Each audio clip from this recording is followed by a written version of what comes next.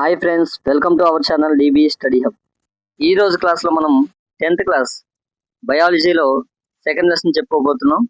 నియంత్రణ మరియు సమన్వయం. ఆల్రెడీ ఫస్ట్ లెసన్ అయితే చెప్పుకోవడం జరిగింది, జీవక్రియలు.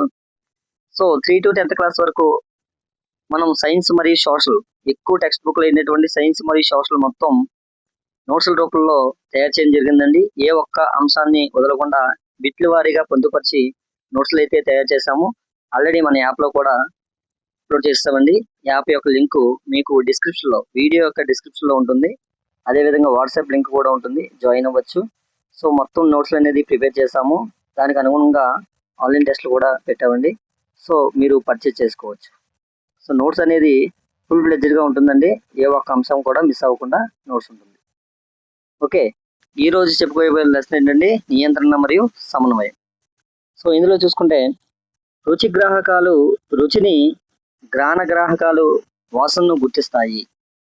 నెక్స్ట్ బిట్, పరిసరాలలో దేనికైనా ప్రతిస్పందనగా మనం చూపే కొన్ని ఆకస్మిక చర్యలనే అసంకల్పిత ప్రతీకార చర్య అని అంటారు. ఓకే, ఎగ్జాంపుల్గా చూసుకుంటే మంట నుండి చేతిని వెనక్కి తీసుకోవడం, నోరు ఊరడం ఎగ్జాంపుల్గా మనం చెప్పుకోవచ్చు. నోరు ఊరడం ఇవన్నీ కూడా అసంకల్పిత ప్రతీకార చర్యల కింద చెప్పుకోవచ్చండి. ఓకే, నెక్స్ట్ చూసుకుంటే సంకేతాన్ని గుర్తించడం అనే ప్రక్రియ ఇన్పుట్ అయితే, మరియు దానికి ప్రతిస్పందించే ప్రతిచర్య ఏమవుతుందంటే అవుట్పుట్ అవుతుందండి. ఓకే, ఈ యొక్క సంధానాన్ని మనం అసంకల్పిత ప్రతీకార చర్యాచాపము అని అంటారు. ఏమంటారండి? అసంకల్పిత ప్రతీకార చర్యాచాపము అని అంటారు. మనకు నెక్స్ట్ బిట్, అసంకల్పిత ప్రతీకార చర్యాచాపాలు ఎందులో జరుగుతాయంటే వెన్నుపాములో జరుగుతాయి. మానవుని యొక్క వెన్నుపాములో జరుగుతాయండి.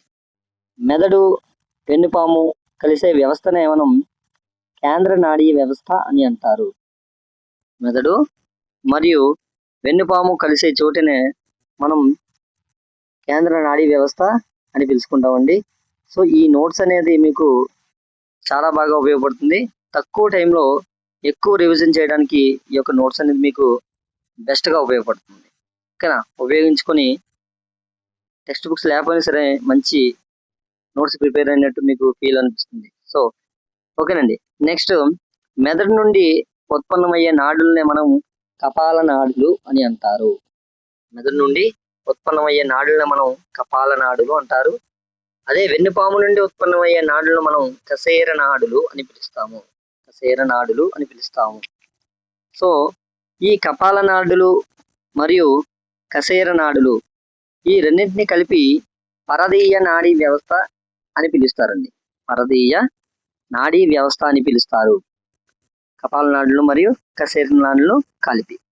నెక్స్ట్, మెదడులో 3 ప్రధాన భాగాలు ఉంటాయండి.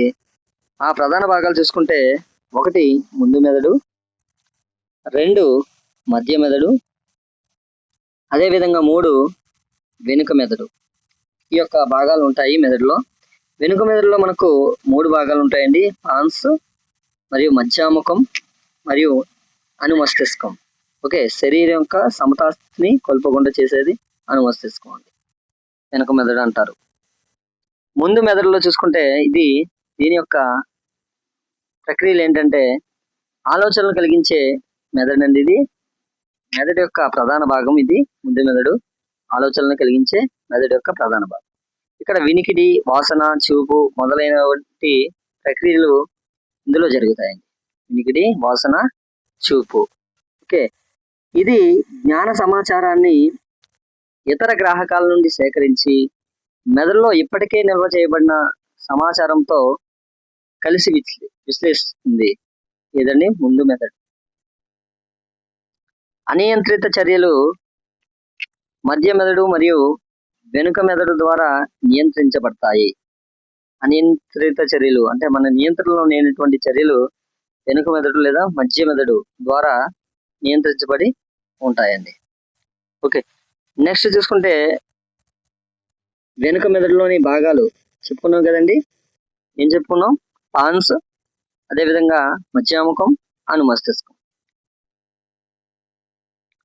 అనుమస్తిష్కం. నెక్స్ట్ రక్తపీడనం, లాలాజలం స్రవించడం, వాంతులు అవ్వడం వంటివి అనియంత్రిత చర్యలు మధ్యాముఖంలో నియంత్రించబడతాయి. ఇక్కడ అనుమస్తిష్కం గురించి చెప్పుకుంటే అనుమస్తిష్కం అండి నియంత్రిత చర్యల యొక్క ఖచ్చితత్వాన్ని మరియు శరీర భంగిమను, శరీర సమతాస్థితిని ఇంపార్టెంట్ అండి, శరీర సమతాస్థితిని కాపాడుకోవడంలో ఈ అనుమస్తిష్కం అనేది బాధ్యత వహిస్తుంది. ఎగ్జాంపుల్ చూసుకుంటే అనుమస్తిష్కం యొక్క చర్యలు సరళ రేఖా మార్గంలో నడవడం, సైకిల్ అనేది తొక్కడం, పెన్సిల్ తీసుకోవడం, ఇలాంటి చర్యలన్నీ కూడా మనకు అనుమస్తిష్కం యొక్క కంట్రోల్లో ఉంటాయి. నెక్స్ట్ అత్తిపత్తి మొక్క మీరు వినే ఉంటారు, టచ్ మీ నాట్. అత్తిపత్తి మొక్క, టచ్ మీ నాట్, ఇది మైమోసా కుటుంబానికి చెందినది. అంటే ఆకులను పట్టుకుంటే మనకు ముడుచుకుని పోతాయి, వంగిపోతాయి కదండి, అది అత్తిపత్తి మొక్క, మీరు చూసే ఉంటారు. సో ఇది మైమోసా కుటుంబానికి చెందినటువంటి మొక్క.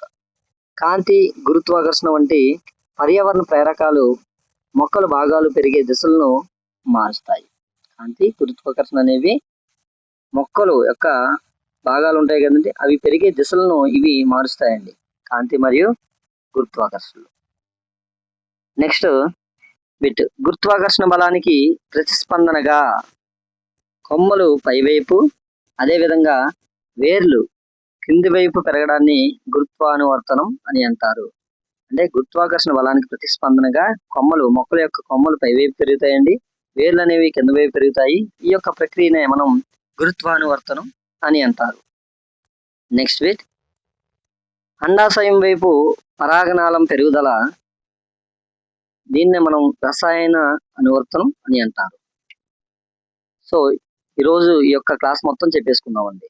సెకండ్ క్లాస్ మొత్తం బిట్లు అనేది చెప్పేసుకున్నాము. మీకు లెసన్ అనేది కంప్లీట్ అయిపోతుంది. మొక్కల యొక్క హార్మోన్లు ఇక్కడ ఇవ్వడం జరిగింది. 1 ఆక్సిన్లు, 2 జిబ్బరెల్లిన్లు, 3 సైటోకైనిన్లు, అబ్సెసిక్ ఆమ్లం కూడా. మొక్కల పెరుగుదలకు సహాయపడేవి చూసుకుంటే ఆక్సిన్లు కొమ్మల కొన వద్ద ఉండి కణాలు పొడవుగా పెరగడానికి సహాయపడతాయండి. ఆక్సిన్లు అనేవి కొమ్మల కొన వద్ద ఉంటాయి, కణాలు పొడవుగా పెరగడానికి ఇవి మనకు సహాయపడతాయి ఆక్సిన్లు అనేవి. నెక్స్ట్ జిబ్బరెల్లిన్స్ చూసుకుంటే కాండం యొక్క పెరుగుదలకు జిబ్బరెల్లిన్లు ఉపయోగపడతాయి. సైటోకైనిన్లు వచ్చి మనకు కణ విభజనకు ప్రోత్సహిస్తాయి మరియు పండు, విత్తనాలు వంటి వేగవంతమైన కణ విభజనకు ఇవి ఉపయోగపడతాయి. ఓకేనండి.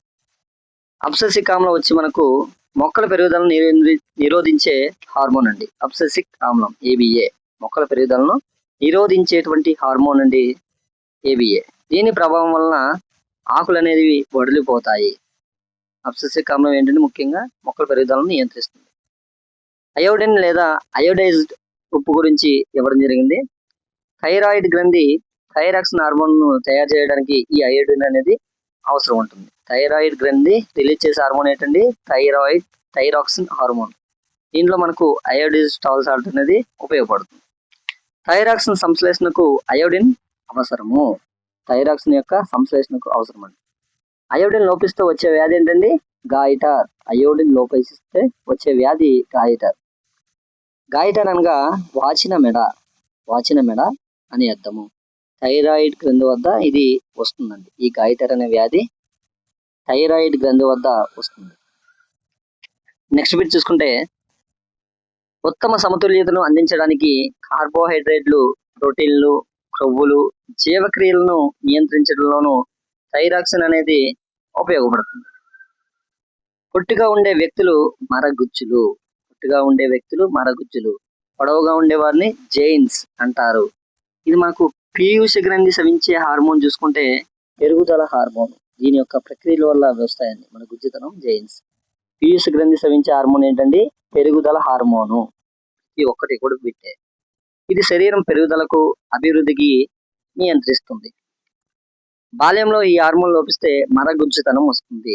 బాల్యంలో ఈ పెరుగుదల హార్మోన్ అనేది లోపిస్తే మరగుజ్జుతనం వస్తుంది. ఓకేనండి. ఇది పీయూష గ్రంథి స్రవించే ముఖ్యమైనటువంటి హార్మోన్, పెరుగుదల హార్మోన్. నెక్స్ట్ పురుషుల్లో టెస్టోస్టెరాన్, మరియు స్త్రీలలో ఈస్ట్రోజన్ హార్మోన్ల వలన యుక్త వయసుకు సంబంధించిన మార్పులు జరుగుతూ ఉంటాయి. ఇన్సులిన్ గురించి చెప్పుకుందాం. ఇన్సులిన్ రక్తంలో చక్కెర స్థాయిలను నియంత్రించేది ఈ ఇన్సులిన్. ఇది క్లోమం ద్వారా ఉత్పత్తి చేయబడే ఒక హార్మోన్ అండి. క్లోమం రిలీజ్ చేసేటువంటి ఒక హార్మోనే ఇన్సులిన్. అదేవిధంగా పీయూష గ్రంథి రిలీజ్ చేసే హార్మోన్ ఏంటండి? పెరుగుదల హార్మోన్. ఓకే, ఇన్సులిన్ అనేది ఇంజెక్షన్ ద్వారా మనకు చక్కెర స్థాయిలు తగ్గినప్పుడు ఇస్తారండి. చక్కెర స్థాయిలు తగ్గినప్పుడు ఈ ఇన్సులిన్ అనే ఇంజెక్షన్ శరీరంలోకి ఇవ్వడం జరుగుతుంది. సో ఈ లెసన్లో అభ్యాసాలు చూసుకుంటే, క్రింది వాటిలో మొక్కలు ఉండే హార్మోన్ ఫస్ట్ బిట్ అభ్యాసాలు ఇచ్చినది సైటోకెనిన్స్. ఓకే, మొక్కల్లో ఉండే హార్మోన్స్ చెప్పుకున్నాం కదండి 3, అబ్సెసివ్ కాలం 4.